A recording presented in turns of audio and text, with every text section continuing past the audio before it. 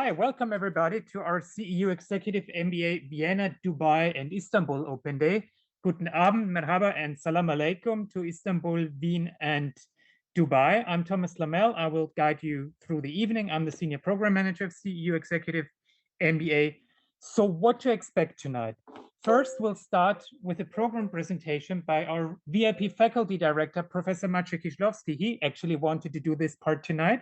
What an honor. Thank you, Marcie, for coming tonight. Then you'll have the opportunity to enjoy a keynote presentation on Machine versus Romance, Which Wins and When by Professor Isus Senius. And in the end of the evening, we will have a Q&A session. Speaking of the Q&A session, if you have any questions, please feel free to just ask us here on campus or on site in Dubai and Istanbul. Or if you're joining online, feel free to use the chat box on Zoom in order to shoot questions that you might have. We will collect them for the Q&A session in the end. So without further ado, I would like to introduce you to our program presenter, Professor Marcie Kizlovsky. As I already said, he's the Faculty Director of CEU Executive MBA and an Associate Professor of Law and Strategy. He's got several prestigious degrees, for example, a JSD degree from Yale, an MPA from Princeton, and an MBA from INSEAD. He has published, or still publishes, in 3 disciplines: management, law, and political economy. And he's an advisor of governments, international organizations, progressive political movements around the world. Also, he's a frequent contributor to international media, including Politico, Project Syndicate, Foreign Policy, and Wall Street Journal. Marcie, thank you for joining us tonight. The floor is yours. Thank you so much, and good evening, everybody. Sorry, I just need to make sure my microphone works fine. Welcome, everybody. Good evening from Vienna, and it's a pleasure to meet or e-meet participants from all over the world. Wherever you are in whatever regional or national market, we are all facing pretty interesting times, let's put it that way. We are facing a number of global challenges, and they affect, of course, governments, but also they affect business entities. And that leads to something of a paradox, I would say. On one side, because times are uncertain, people are worried about their futures, their incomes, how the pandemic will affect them. There is a common question of whether the MBA as an investment, as an expense, is still worth it. And you know, those questions have been asked even before the pandemic, because guess what? This is not the first time, it's not the first crisis that we've been experiencing over the last decade. We had, you know, a global financial crisis just 14 years ago. Then here in Europe, we have a large refugee crisis, and now we are in this one in the century pandemic. Now, an interest, I said that it's a paradox because there is an sort of parallel discourse and parallel conversation going on to that question, this skeptical conversation whether MBA is still relevant. We have a conversation about the business, exactly because of those same trends, having to be smarter, more driven in deep knowledge, not just gut feelings and kind of generalized experience, but in research, in data, in models. Yes, we talk about big data, we talk about artificial intelligence, we talk about operating across various political systems, we talk about, you know, more and more vocal groups that demand changes in workplace and even in global economy. And we also are seeing, very interesting, with all those trends, we are still seeing some proof that businesses want to be smarter and need to be smarter, because we are seeing MBA starting salaries soaring despite the difficult and uncertain times. So you have those two sides of the coin. Is MBA worth it? And MBA becoming, and generally education, professional and executive education, becoming more and more needed, and knowledge becoming more and more needed, and up-to-date knowledge becoming more and more needed. So what are the solutions? Generally, when we look at the kind of universe of business schools and MBA programs, you have two solutions. On one hand, you can call that an MBA in your city. So in whichever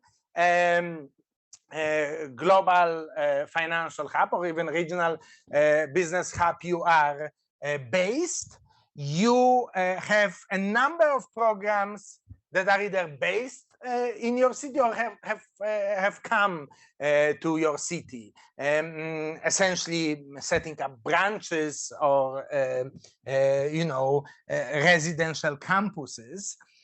What are those programs? So those programs, you often have certain features that are common. On one hand, they offer a pretty standard, you can call it plain vanilla MBA curriculum.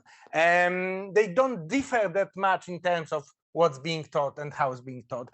It often relies on mostly local faculty. Definitely the full-time faculty is local, coming from that hub. Most of those programs are weekend programs or other part-time programs, which means they will have relatively few students, except for expats living in your city. But you wouldn't have a big number of commuting students. Their prices vary substantially. Some of them can be expensive, especially in Dubai, definitely, Western Europe. But even in Istanbul, you have a big variety, and some of those can be quite expensive. But their pitch is, and in that they deliver, is you can do your MBA without interrupting your work. And this is very important, because work interruption is a huge additional cost. It adds to the risks of doing this program, which, in the uncertain climate, you need to give up your job, and maybe somebody will take over the job. Yes, so this is a great selling point of those local programs, that they don't require you to make that decision. On the other side, there are leading business schools, usually North America, a few select, maybe in Britain, completely different value proposition. The curriculum is mission driven. You can tell me the name of the university or the business school, and everybody knows what's the focus of them. Yes, Wharton is finance. Yes, Kellogg is marketing. So there is a very differentiated curriculum. The student body is widely international, because the programs are basically residential or modular. So people come to those programs from all over the world. For most of those programs, you actually need to physically relocate, and often for 2 years. A few are 1 year, but mostly for 2 years, you need to relocate your family, you need to give up your employment, and that adds to a very substantial cost of 120,000 euro, and that's euro, or more for tuition and all expenses. Now, what they give you apart from the international student body and the curriculum are things that are maybe less obvious on first glance, but very, very important when you actually study. One of these is that the faculty is truly global. Those institutions attract faculty to work full-time in those institutions, but the faculty is from all over the world and interested in all global topics. And the other thing which you should never underestimate is this kind of difficult to define but crucially important campus experience. Those places are not you know, hotel rooms rented for some executive education. They have a soul, they have an atmosphere, they have those, you know, contacts that you and connections that you make on the corridor, which are as important as what you learn in class. Now, these are the two ways of responding to this tension between the need for knowledge and the cost and risk of knowledge. And what CEU Executive MBA offers is the best of both worlds. What we offer is a highly differentiated program. We call it the EMBA for the open world, and I'm going to tell you what that philosophy and what that approach means, rooted in the mission of Central European University as a unique global institutions. We are as global as you can get. Times Higher Education ranked us as second most international university in the world recently, and it's reflected in the student body.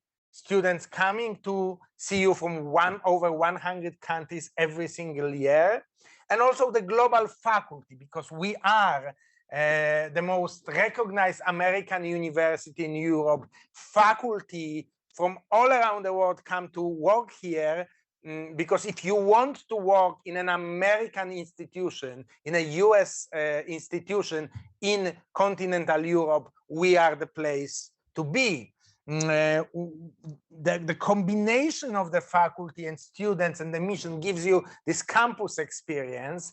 And all of this, for reasons that I will also describe, comes at the uniquely advantageous cost of just 29,000 euro of tuition for the entire program, with a variety of scholarships available on top of this, and with no work interruption, because the program is modular, and that requires people fly to CEU Executive MBA from, you know, all around the world, from Vancouver to Vladivostok, because the format that I will also describe allows that that combination of work and study, which dramatically changes the stakes that you need to that you need to consider when making your MBA decision. I want to give you a few bits of information about, you know, just like how unique CEU and CEU Executive MBA is. I mentioned global faculty, and that is something that is very objective. So let me walk you through some of our faculty members. You will start early on with a course in economic analysis, applied economic analysis, so that you can make better business decisions. Mark Kaufman, one of the leading experts in the field with PhD from Harvard, is going to be your instructor. You will talk about, we mentioned the new trends in data, artificial intelligence. One of your instructors, the head of our data analytics team, Professor Miklos Koren, also PhD from Harvard, is going to lead that experience. In leadership, our tailor-made, bespoke CEU leadership program, which you receive as part of your MBA degree, it's included in the MBA degree. It's a fully fledged leadership development program. Austin Nichols, PhD, Florida, is going to be the leader of this. For those of you who will be starting with finance, who are new to finance, who need to learn financial skills, but have a background in another field of business and management, Joy Chan, incredible educator, a person who can explain cutting-edge modern finance to people coming from other disciplines. She will be your instructor. Now, if you are already have some background in finance. You will be placed in the so-called advanced track right from the start. You don't need to go through any basics, just to go through the motions. You will be challenged with much more advanced stuff by Professor Adam Zawodowski with PhD from Princeton, who is leading that course, a very well-known and influential expert on complex investments in Europe. If you want to dig deeper into the issues of automation, future of work, robotics, Professor Zofia Barney, with PhD from London School of Economics, will offer a course on this. And for strategy, you'll have my colleague, Professor Joseph Akbar, who has instructed executives in over 40 countries, advises Fortune 500 companies, truly unique experience with Joseph. So this is just to show you the caliber of the place, not only of the courses, but as I mentioned, of this campus experience. This is also corroborated by the quality and the caliber of our visiting faculty. We do have this nice mix of people who work for us full time here in Vienna, and distinguished visitors. And by distinguished, I mean what I say. For innovation, you will have Christian Silos from Stanford, the top place for innovation research. For digital marketing, Miklos Savary from Columbia. For operations management, Omar Hernandez from Berkeley. For accounting, which we call control, because we emphasize the strategic aspect of accounting, more advanced aspect, more executive aspect of accounting, Professor Hui Chen from Zurich. And for leadership, along with our own Austin Nichols, Professor Paula Caproni from Michigan. Just a few names, but the family of CEU is both the full-time faculty and all the friends who come here to teach. Now, I mentioned, spoke a lot about this experience of the program, and I want you to kind of understand how this would work. We'll meet for intensive modules, which are either 4-day or 9-day in duration. The dates that you see here are not going to change. They are fixed in stone, and that's the idea behind this is we want the program to be easy on your work life, yes, and on your personal life. We want you to be able to plan well in advance when you need to, book those days to study, and when you can focus on your other important tasks. As you can see, we start in Vienna with kind of a big picture view, with a strategic view. Then we have the first of our 3 summer modules, which are really unique because 3 classes, 3 cohorts of executive MBAs always meet for the summer module. So imagine if we have about 70 people in class, it's 200 people from all over the world meeting in beautiful summer Budapest, taking courses both separately and together, because elective courses can be taken across all the years, which gives you a lot of choice, because every module you will have a different selection. And then you will have much more kind of business-like, shorter modules in Vienna, 4 days, kind of a long weekend, on specific topics. So it's very, very clear what is the topic, what's the focus, what's the takeaway. And note how some of those, especially our participants of this meeting from Austria, can see how many of those modules kind of piggyback on popular European holidays like November 1st or May 1st, long weekends. But in general, even if you are living in a country that does not have, November 1st off. I mean, the general schedule is putting those modules, especially those summer modules, longer summer modules, when your schedule may be a little easier. So again, the work-life balance behind it. Now, what is kind of a consequence of the fact that this is a place with a soul, with a mission, is our very loyal alumni body. We have country chapters and city chapters all around the world, more than 16,000 professional alumni. And what I can say from my experience interacting with alumni is that it's much more than an address book. It's a community, because we, what joins us together is this experience of CEU, but also certain values, which I promise I will talk about, and the values of the EMBA for the open world.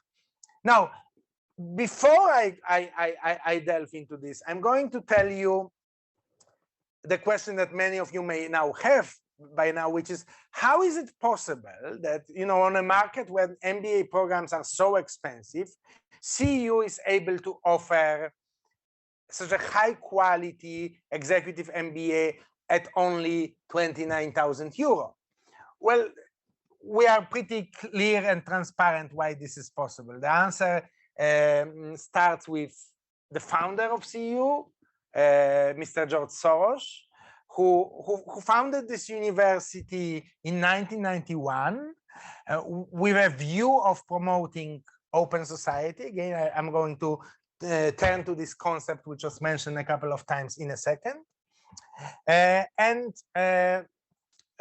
George Soros basically decided to support the vision of CEU and of an open society university with one of the largest educational donations in history.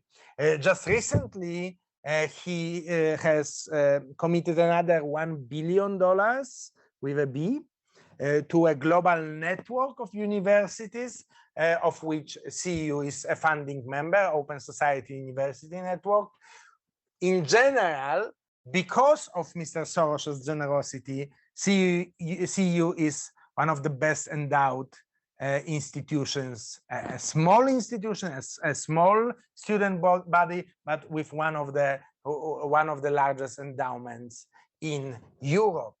Now, open society. I mentioned the concept quite a few times.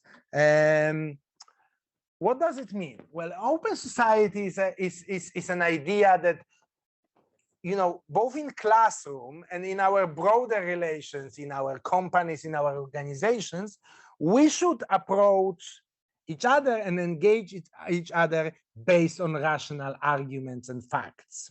So open in the open society or open world means mostly intellectually open.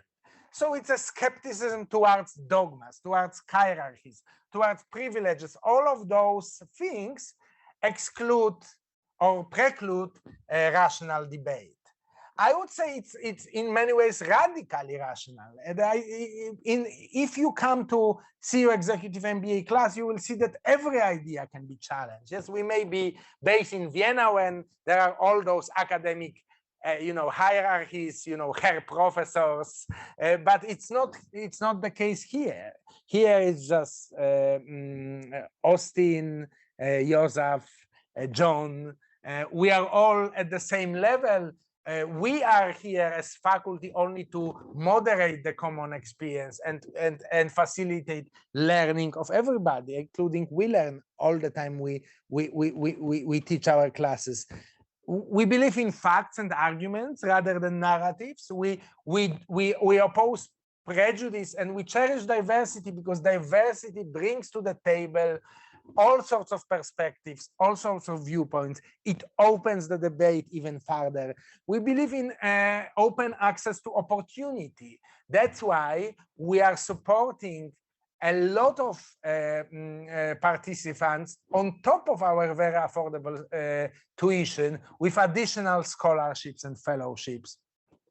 We do believe that our investment, CEU's investment in our executive MBA students is that it's not charity, it's investment in positive change agents, in people who will change their organizations and society at large for the better. Now, how does the classroom, our executive MBA classroom look like? Well, it's in any given intake, it's about 65 to 70 managers. We have just one intake a year. So if you want to apply as soon as possible, because we are not this huge MBA factory that can create like multiple classes. We are a small boutique university. Average 14 years work experience, 3 or more, actually an average is significantly more of leadership experience. As I mentioned, the idea is very open-minded, it's immersive, combines high-level strategic decision-making and leadership skills, and it's very interactive. We like teaching with cases, we like, but we also like to open broader discussions and challenge you with trying to predict and respond to global trends. Now, an important point is that we want you to come here. We have wonderful facilities, both in Vienna and Budapest, but we understand that you may not always be able to come to the module physically because of the difficult times we live in, which is why we invested hundreds of thousands of euro in top quality online experience. So if you are not able to come, you can join online. We have studio grade microphones that capture everybody seamlessly, high quality cameras. We offer virtual backgrounds. That's an example of how our virtual backgrounds look like. So you can see immediately who is talking, and even our guest speakers that may not know you that well will be able to engage seamlessly with both on-site and online participants. And as always, we provide a lot of support. The fact that we are so small means that you have a very personalized access to support. As I said, 29,000 is the tuition, and we do offer special rates at partner hotels and also discounts for flights with Austrian Airlines and Lufthansa Group, whose support is hereby gratefully acknowledged. And we invite you to join the open world and start this managerial transformation with us. The final admission deadline application deadline is March 27. Thank you so much for your attention. Back to Thomas. Thank you so much, Marcie, for your presentation. I think it's one thing to hear about the program from the program office, I mean, you've just experienced Marcie. Everybody, all of us is so committed and passionate about the program. But I think it's another story if you hear about the program from people who are actually doing the program. And I would like to introduce you to our current participant, Ahmad Fars. Ahmad, are you connected to us right now? Yes, I can. Hi, yes, I'm thank you for joining us tonight. Thank you very much. I will keep it short and simple because I know you're busy. If you could briefly introduce yourself, like what's your professional background, where you're based, and what you're doing in your job, and then tell us about why you've chosen CEU Executive MBA back then. Yes, thank you, Thomas, for inviting me for this session, and welcome everybody for CEU Executive MBA. I would like just to share a little about myself. My name is Ahmed Fares. I'm based in Saudi, in Dammam, the eastern side of Saudi. I'm coming from project management background in petrochemicals. I've been in 10 years in petrochemicals between project management and engineering discipline. Currently, I'm holding position as a project manager in advanced energy storage system investment company in Saudi Arabia. I've joined this program last year, and it's been very exciting and interesting program. I've met a lot of people, and it's good networking opportunities with different people. Yeah. When it comes to the reason of joining this program, initially I was looking for a program that I can proceed with the executive MBA, but at the same time I would like to have it in a flexible way, that I can be joining online sometimes or in person. It depends on my schedule, because especially with the COVID-19, everything it has to be flexible. On top of that, it has to be like affordable in terms of prices and the fees. And I found like, and of course, it has to be accredited from international accreditation. And I found most of those items and a lot of more advantages in this program. This is why I decided to proceed in this program, and I'm really enjoying it. And Thomas was very helpful in the beginning. I still remember the interview session. It's very helpful. I would recommend it for you, whoever like interested in this program, to book with Thomas and get more specific questions. If he has any concerns, definitely he will be the guy to help you. You mentioned, thank you very much for your positive feedback. You mentioned 3 interesting points that I just took notes of. The first point is diversity. You mentioned different backgrounds, and I would like to give our audience an impression of what we mean by diversity when we talk about it. So for us, diversity is not just an empty marketing catchphrase, it's our DNA. Because this is where the learning kicks in. When you're in a class with people from around the world, from various industries, from various professional backgrounds, this is where you are exposed to different learning techniques, different solution making and solution finding techniques and decision making processes. And when we talk about diversity, we not only talk about diversity when with regard to nationalities. I mean, we are the second most international university, so that's an easy task for us to achieve, to offer you an international atmosphere. But diversity is more than just nationalities.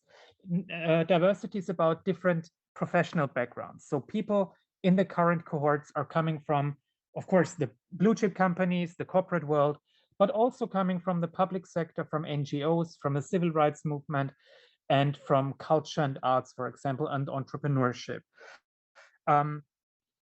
This is, and there we do have a huge age range in the program, people starting in their early 30s to their late 50s. So it's a huge age range in the program. And of course, a good gender ratio in class, about 50, almost 50-50. We're not there at 50-50, but we're going there. We're moving there with business women fellowships. The second part that you mentioned, the second item, is the flexibility. This is thanks to the modular format. As Marcie already showed you the module dates, there is no work disruption, there's no work interruption in your work life. I think this is a huge advantage to part-time and or even to full-time programs, where you would need to give up your job, move somewhere else, and pursue higher education somewhere else in a full-time format. The modular format allows you to stay on your job, to focus on the modules during long weekends when you're in the module, but then go back to your job and excel in your job. And the third part that you mentioned is the double accreditation. We are accredited in New York, in the US, and in Austria, so in the EU. So once you graduate with us, you will have a double degree from the US and the EU. So you are able to move on to the global level, to the international level, and talk to your stakeholders on the international level. Ahmad, thank you so much for joining us tonight. I know you're busy, so I'll let you go now. And I would like to move to our next part, to the keynote presentation by Professor Aysu Senius, who's talking now about machine versus romance. Which wins and when? Thank you, Aysu. The floor is yours. Hello, everyone. Welcome to our open day. For those who joined from Istanbul, Vienna, or Dubai, welcome. Personally, I'm in Istanbul, and I would like to thank very much the Mba office and Thomas for inviting me to speak in Istanbul. It's great to be back in the city where I spent amazing 5 years during my college education. As you know, my name is Aysu Senyuz, and I'm an assistant professor of marketing at CEU Executive MBA and Department of Economics and Business. In the next 15 to 20 minutes, I would like to tell you about one of my ongoing research projects, and the title for my project is Machine versus Romance, Which Wins and When. Basically, in this project, we are looking at the role of technology and automation in our lives. The fact that right now I'm giving this talk over Zoom and we're meeting online and in person actually demonstrates how important technology is in our lives and how much we use automation actually in our daily lives. I think you can all understand that, and related to that, we cannot spend a single day without using a technological device and actually without using automation. In this research, we are looking at the role of automation, and we're trying to understand when people prefer to use automated devices in their lives. When I mention automation, it is not about the heavy machinery automation that we find in manufacturing, but it's actually very simple automatic devices. For example, an automatic cooker that you use to cook your meals, or let's say an automatic climate control that we have in our cars or in our homes, or very basically any type of remote system that we use when we use our TVs and other devices. In this research, we wanted to ask the question, what factors may impact people's preferences for automation and automated options? Because automated devices are very much in our lives, it's very important for managers to understand what factors may impact people when these people do not prefer automated devices. And the answer that we have to this question is related to a very basic motive that all of us have in our lives, and we very frequently use it when making decisions. And it is namely the romantic motives. Just to give you a little bit of background, I'm sure all of you are aware of Maslow's hierarchy of needs developed by Maslow. In a recent revision to this pyramid, Kenrick et al. Redefined 3 very important motives that people have in their lives. The first one is known as mate acquisition, mate attraction, or relationship formation. Whenever we want to attract a new romantic partner, let's say we have this motive. It's basically the signals and behaviors used to attract potential romantic partners. Imagine that you meet a nice person, you are very attracted to them, and you want to form a new romantic relationship with that person. This would be called as a relationship formation motive. And literature has shown that this motive is very strong and makes people act in different ways than they would, let's say, already have a romantic relationship. One thing that is very important when you want to form a new romantic relationship is basically to promote ourselves. Imagine that you like someone very much and you want the other person to like you very much as well. And at that moment, what we usually do is to promote ourselves. We try to tell good things about ourselves. We try to demonstrate our skills. We basically promote ourselves a lot. We try to show our potential and say that basically we are the best and other people are not. And as a result, the attracted person should also choose us as well. In this research, we actually propose that once this automated devices, what they do is they replace our skill. Imagine about an automatic cooker. Other than using a regular cookware and cooking the dish yourself, automatic cooker would actually cook the dish for you. And in that case, you wouldn't be able to display your skills, and you wouldn't be able to show how good at cooking you are.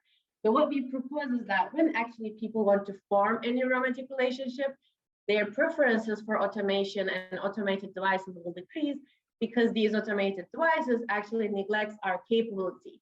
They do not let us to show off our skills. They neglect our capability. As a result, the person that we're attracted to cannot understand our potential. So we do not want to use these automated preferences in our decision making. We also identify a couple of boundary conditions, but I would like to start right away with our studies to tell you how we actually find the results. We did a bunch of studies for this project, but right now I want to share only a couple of them with you, given the time frame. In our very first study, we asked a very basic question to undergraduate students.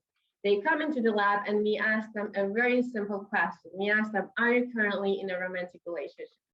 About half of the participants said that yes, they're currently in a relationship. And we coded these people as having a relationship maintenance motive, which means you currently have a main motive, you currently have a romantic relationship, and you engage in behaviors to maintain it. About more than half said no, they're not in a relationship. So we coded these people as having a relationship formation motive. So we assume that if single people who would like to form a romantic relationship, they would engage in more behaviors to demonstrate their skills, show off their capabilities, and as a result, choose automation less. And then we ask them a very basic question. We tell them, imagine that you recently meet with an attractive person, or for those who are already in a relationship, we tell them, imagine that you are having a date with your current partner. You have two options to choose. You decided to cook for this person, and you can choose one of the two items. The first one is a regular cookware, and if you were to choose this item, you would do all the steps of cooking by yourself and show off your skills, basically. In the automatic cooker, if you were to use this one, the automatic cooker would do everything for you, and you wouldn't have to do anything for yourself while cooking for this person.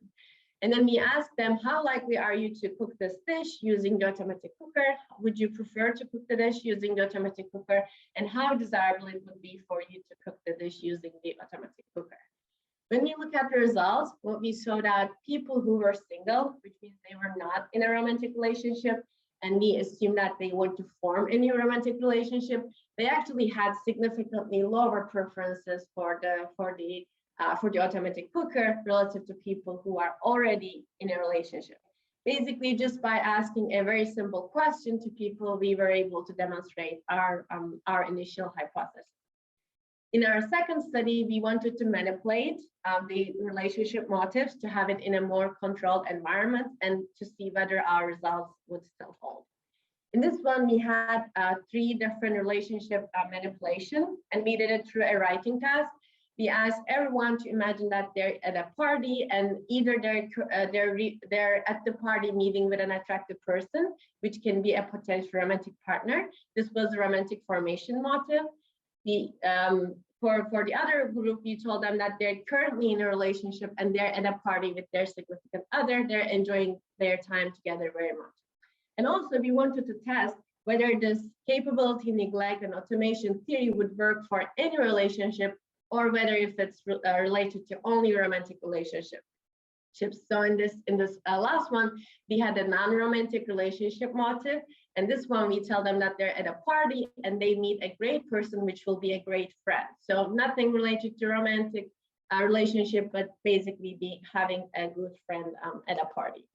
And then this time we tell them, imagine that you're a cyclist, you are good at cycling, and you decided to go for a bike trip with this person. And then you can either use a regular bike or you can use a bike with an added automated feature. It is called pedaling assist. And then we ask them, how likely would they be using this added automated feature in their bikes? When we look at the results, once again, we saw that people who had a romantic formation motive had significantly lower preferences for the automated option relative to people who were currently in a relationship who had the romantic maintenance motive, and also relative to people who want to form friendship. So with this study in a more controlled environment and manipulations, we show that people who want to form a new romantic relationship do not prefer automated devices, and since they want to show off their basically biking skills or cooking skills. And this is specifically related to romantic relationships, and it doesn't work in the case of friendships. And if you think about it, we are much more likely to demonstrate our capability when we want to have a new romantic partner relative to having a new friend. In the next study, we wanted to test for our mechanism. In this one, we again had a relationship manipulation scenario through reading about a scenario, either romantic formation or romantic maintenance. And this time we give people a scenario about a person called Taylor to make sure that people's own relationship status does not affect the results. So it was about reading about Taylor, how Taylor meets a potential romantic partner versus how Taylor is already in a romantic relationship and engages in activities to maintain it.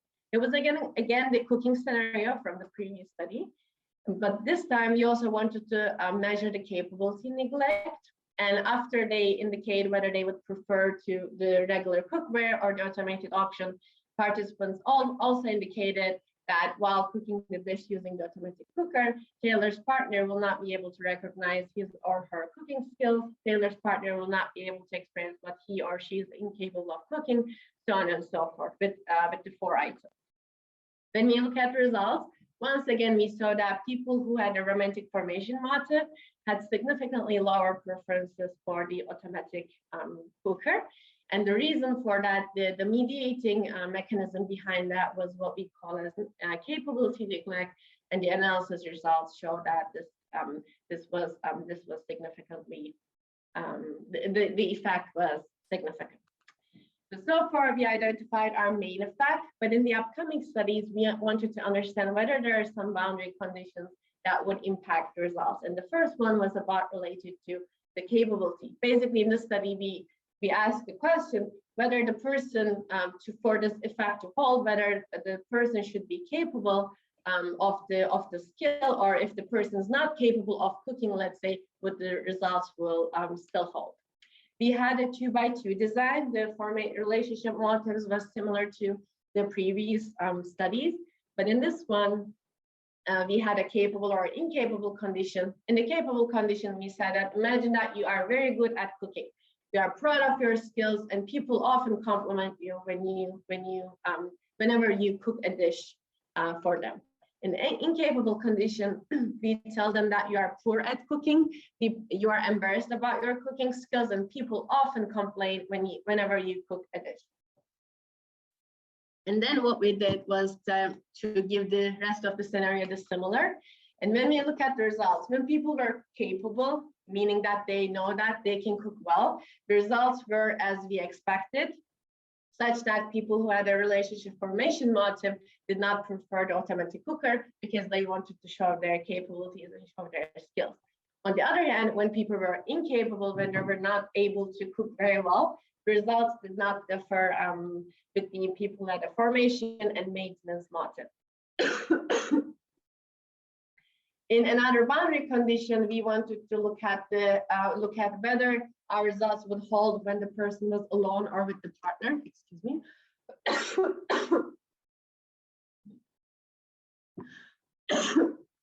And in the study, oops, sorry. In the study, we had a parking condition.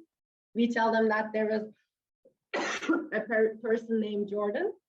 Jordan either recently met with an attractive person, or Jordan met this person a long time ago. And this time, Jordan and this person was going to a movie theater for their date. In the partner absent condition, Jordan was driving the car by himself or herself and would meet with the person at the movie theater. On the other hand, when the partner was present, Jordan was still driving the car and the person was in the passenger seat. This time, the dependent variable was about parallel parking. As you know, parallel parking is a very important skill people should have, especially when they live in Istanbul or in Vienna, let's say. We tell them that Jordan can park the car manually, or he can use the automated parallel parking assist to park the car. And we ask them whether Jordan would choose to park the car using the automated assist or not. When we look at the results, what we saw that when Jordan was with the partner, people who had a formation motive had significantly lower preferences to use the automated parking assist relative to people who were already in an ongoing relationship. But when Jordan was alone, actually there were no significant differences between the two conditions. Basically, this tells us that the negative impact of relationship formation on automation preferences would only hold when the partner is actually present in the consumption occasion, which if you think about it, it's a bit intuitive, because if you want to show off yourself, the other person should be in the room for you demonstrate your skills, basically. In another study, we wanted to ask the question, okay, how about this automated feature? Should it be related to the skill? Or what would happen if it's not related to the skill, it's related to a personal skill? So we had the very same parallel parking scenario from the previous study. And in the feature related one, the automated option was a parallel parking assist feature. But in the feature unrelated condition, we tell them that Jordan was driving the car and he would do a parallel park. But this time the automatic option he had was basically a climate control feature in his car. He can use it or not. As you can understand, while doing the parallel parking, using the parallel parking assist feature would replace the skill. On the other hand, having an automatic climate control would not actually replace Jordan's skill. When we look at the results, we saw that when the feature was related on the left side, we see that people who have a formation motive had significantly lower preferences. But when the feature was unrelated, although it was directional, there were no significant differences between the two conditions, which basically shows us that for the negative impact of relationship formation on automation preferences, the feature actually should replace the skill so that we do not want to use it when we want to form a romantic relationship. In our final study that I will talk about today, you want to ask the question, okay, so far we have assumed that the automated option always replaces our skill. It cooks the dish for us, it parks the car for us, but what happens if we frame the automated option to enhance our capability? And what would happen in that case? We had a 2x2 design again, and we had a capability type that we named as task or financial capability. In the task capability, it was the same Jordan parking the car using a parallel parking assist feature or not. In the financial capability, we said that this parking assist feature is actually very expensive. It is luxury, and only people who are wealthy are able to afford this feature. Since in the initial stages of a romantic relationship, displaying our financial wealth is very important for both men and women, we actually predicted that if the automated option enhances our we use automated option to enhance our capability, people would actually prefer it more. And when we look at the results, when it was about the task capability, we saw that people who had a relationship formation motive had significantly lower preferences, similar to the previous study. But when the automated option is used to enhance our financial capability, actually people who want to form a new romantic relationship prefer the automated option significantly more relative to people who want to, who are currently in a romantic relationship and want to maintain it. What all of these means is that when machines versus romance means, basically when romantic formation motives are in the picture, usually romance wins and machines and automation loses, but it depends on a couple of criteria. First of all, the individual should be skillful, should be skilled at whatever he or she is doing. And the partner should be in the consumption environment so that we're able to demonstrate our skills. The feature of the automated option should be related to the participant skill. Individuals should be motivated to display their skills. And finally, the capability highlight should be on automation. If the capability highlight, if the automation is used to highlight our capability, actually it reverses, and in that case, automation wins even for individuals who have a romantic formation motive. This is all I want to say in this short period of time. If you have any questions, I'm more than happy to answer them. Thank you. Thank you so much, Aysu, for this wonderful presentation. Marcie, do you want to engage with Aysu on her lecture? Of course, but first maybe you should already a question. Aysu, what are your thoughts on social media's influence on romance and self-promotion? Social media influence on romance versus machine. And self-promotion. Self-promotion. And self-promotion. I think it's a great way to use social media to demonstrate ourselves. And actually, that's what we use in our social media, right? Especially in Instagram, especially with the dating apps, right? Everyone uses their best picture in which they look so cool, so attractive. So people tend to use it a lot. And I think more and more actually research is starting to question when people want to form a form a new relationship, they tend to use social media more to demonstrate themselves. But how much social media can actually help us to show off our skills? I'm a bit skeptical on that. I think more and more research is being done and is definitely needed. But it's for sure, I think it's a very great avenue to show off that we are capable in something.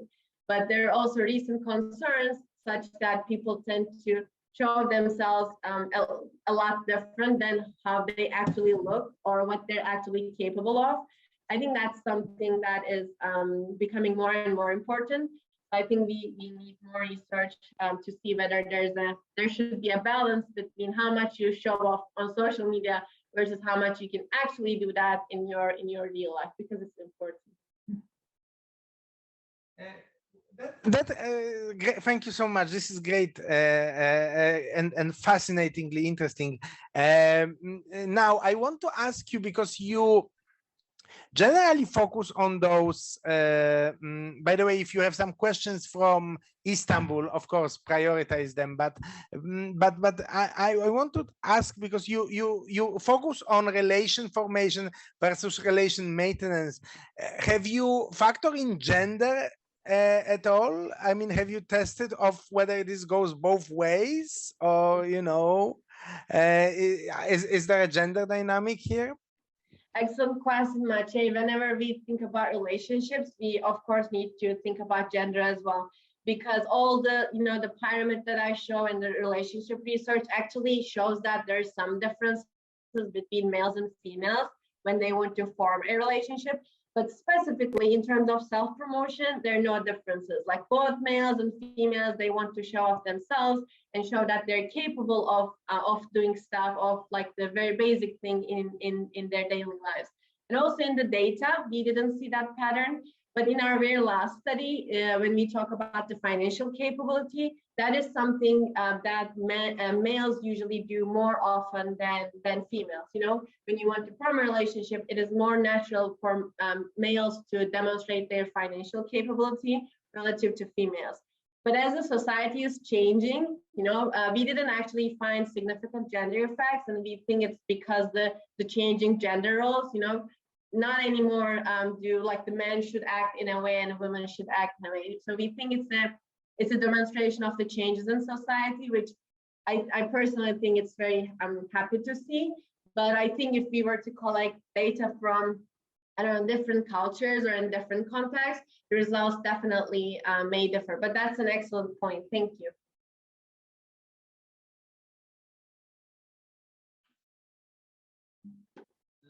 Let me relay a question from an online participant. How would automation of social media interaction help in spreading true news versus fake news, specifically when it comes to vaccination? Oh, very timely topic. That's an excellent question, although it's like not within the scope of this research, because we're specifically focusing on people who want to form a relationship versus people who want to maintain their relationships. But they're definitely the case of true news or fake news on social media.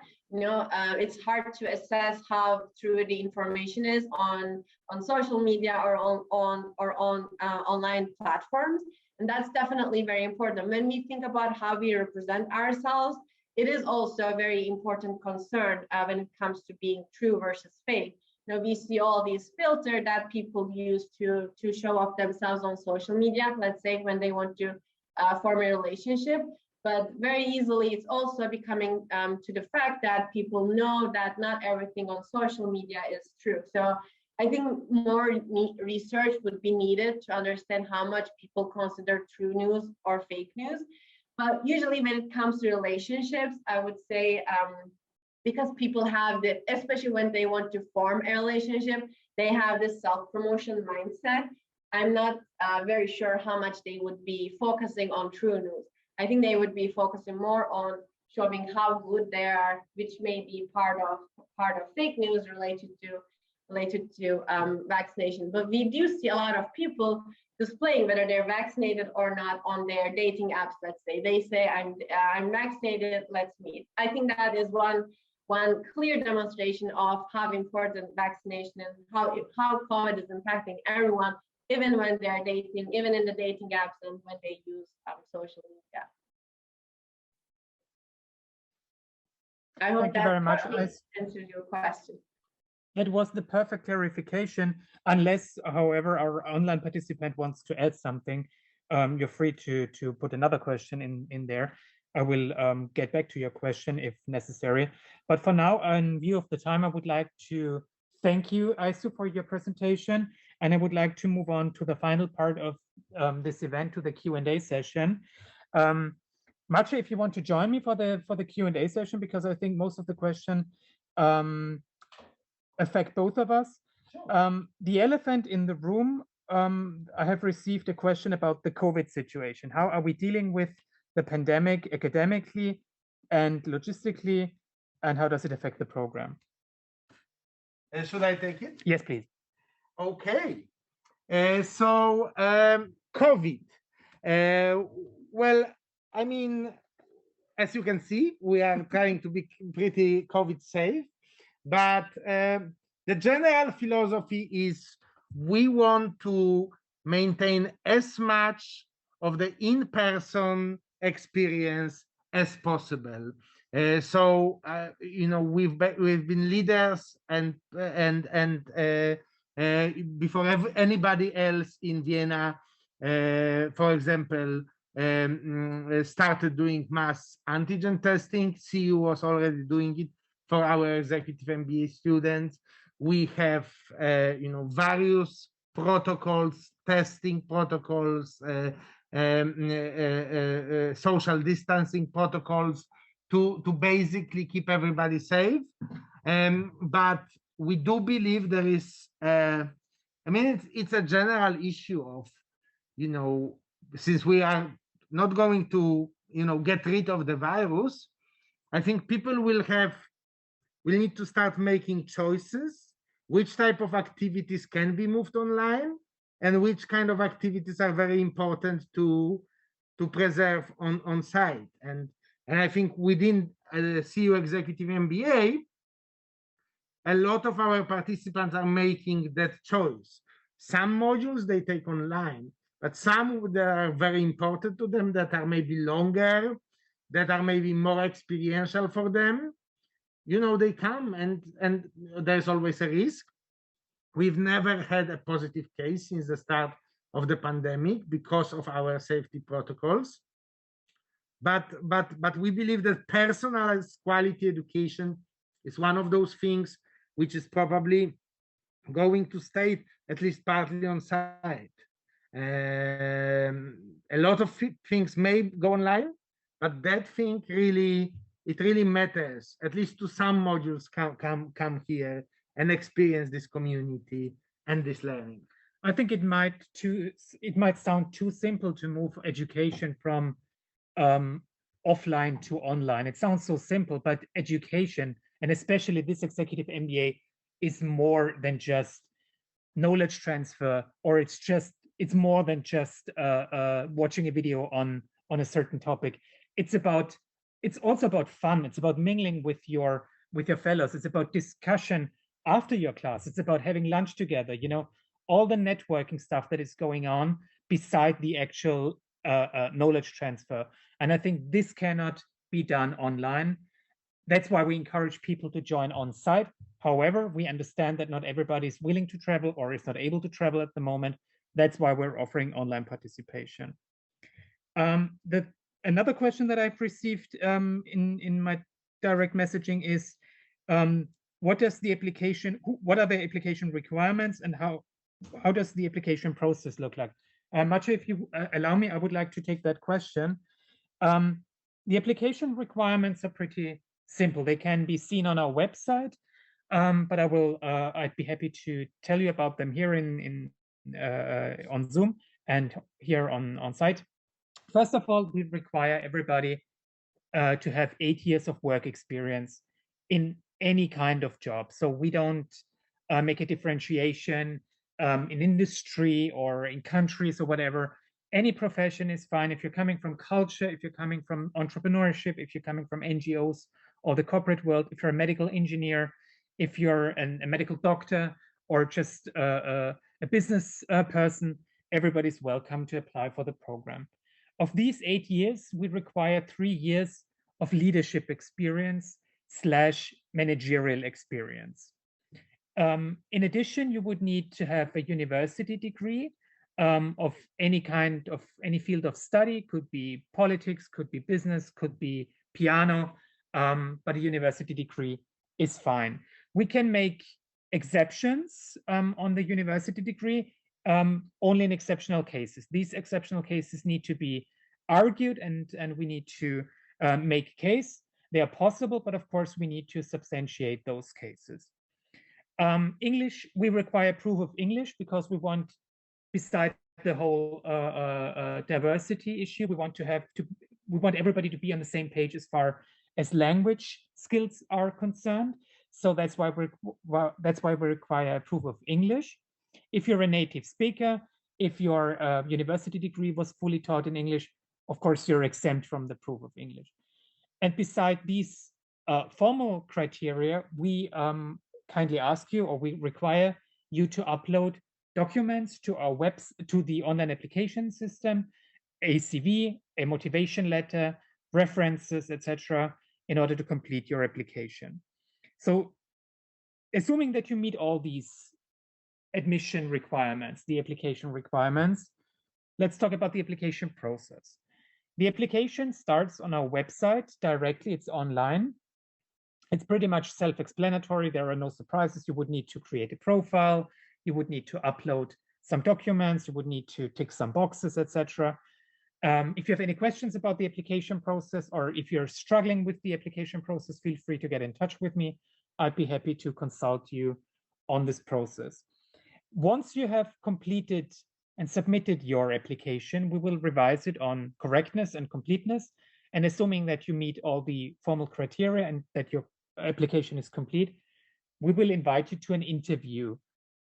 The interview criteria, or the questionnaire we're basing the interview on, is fully transparent. We show this questionnaire, we're showing this questionnaire on our website, so you can have a look at it and actually assess yourself. Where are my strengths? Where are my weaknesses? Where could be a chapter of my life, which could be an issue where I need to maybe argue about it or explain the situation. So if you're lacking some experience in a field, you might need to prepare for the interview. In the interview, we're not playing mind games. We have a limited amount of time in order to get to know you. So we will ask you about your motivation, about your leadership style, about your professional experience. We're not going to waste your time with silly questions. Assuming that you pass the interview phase, your case will be presented to an admission committee because we are handpicking our candidates. As Marcie already said, we're not a degree factory. We emphasize on quality, and this quality benefits your intellectual journey with us as well. And once you have passed this stage, you will receive an admission decision from us.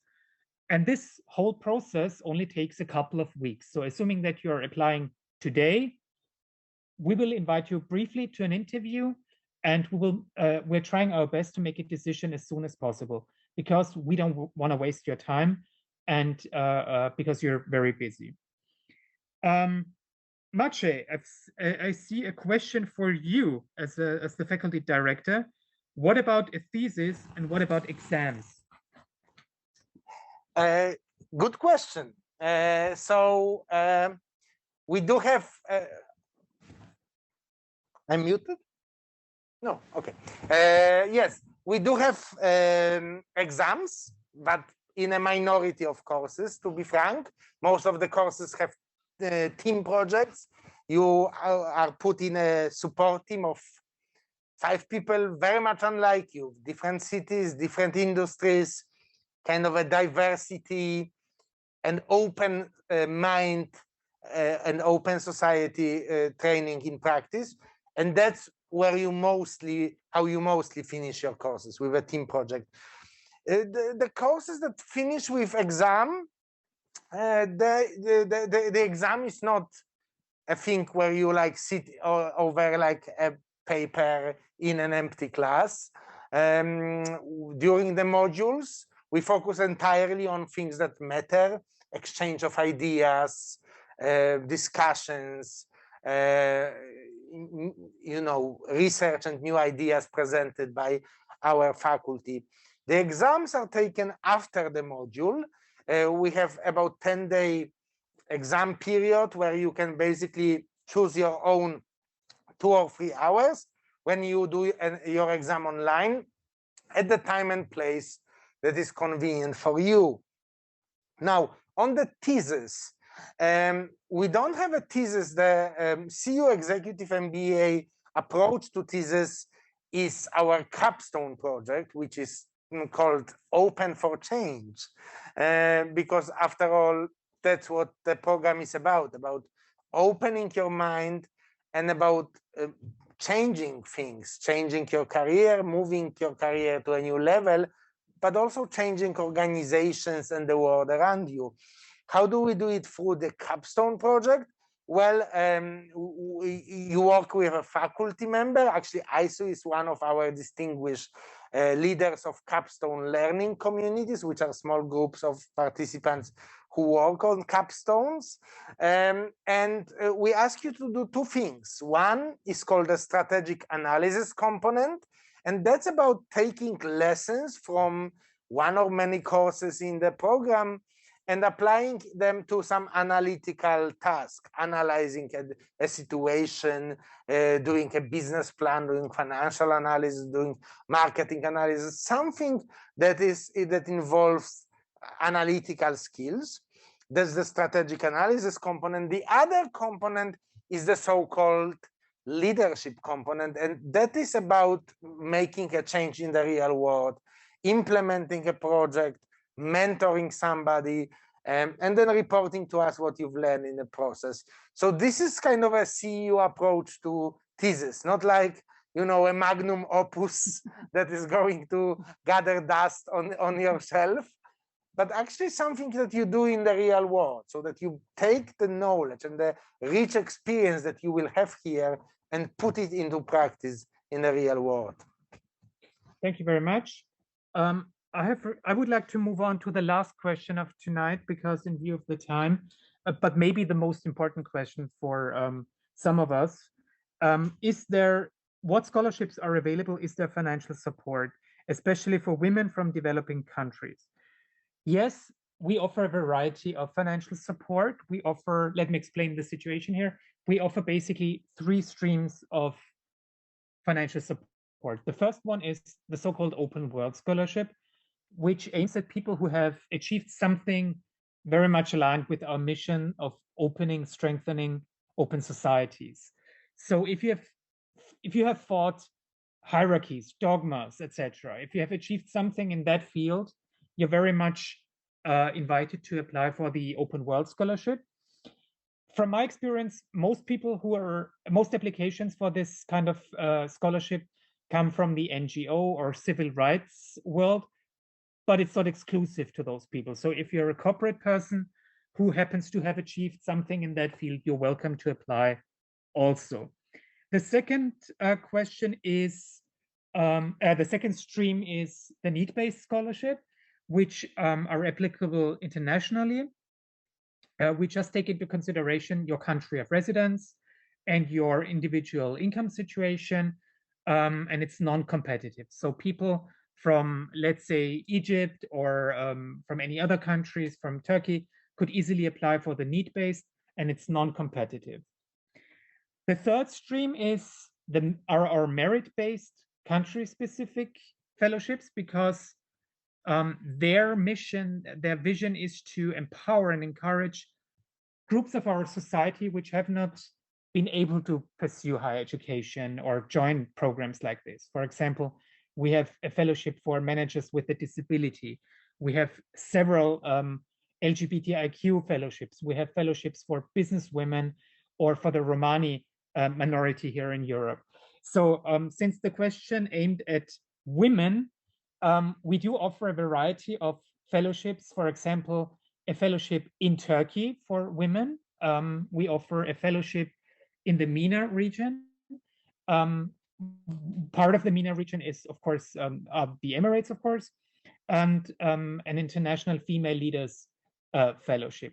Those fellowships are competitive, which means you're basically competing against other applicants. So if you need advice on which scholarship or fellowship you should apply for, feel free to book a one-on-one consultation with me. My colleague already shared the link with you. I'd be happy to advise you on the perfect, or let's say the best scholarship opportunity for you, because I know I do have a feeling and I do have some experience of of the chances of your chances to get those scholarships and fellowships. If there are no other questions, I would like to conclude this evening. I would like to thank Aisu for her keynote presentation. I would like to thank Marcie for his program presentation. I would like to thank Ahmed for joining us tonight. I would like to thank the people on site here in Vienna. I would like to thank the people who came to the open day in Dubai and Istanbul. And of course, thank you for all the people who joined us online from around the world. Feel free to get in touch with me through the booking link. Thank you very much and good evening.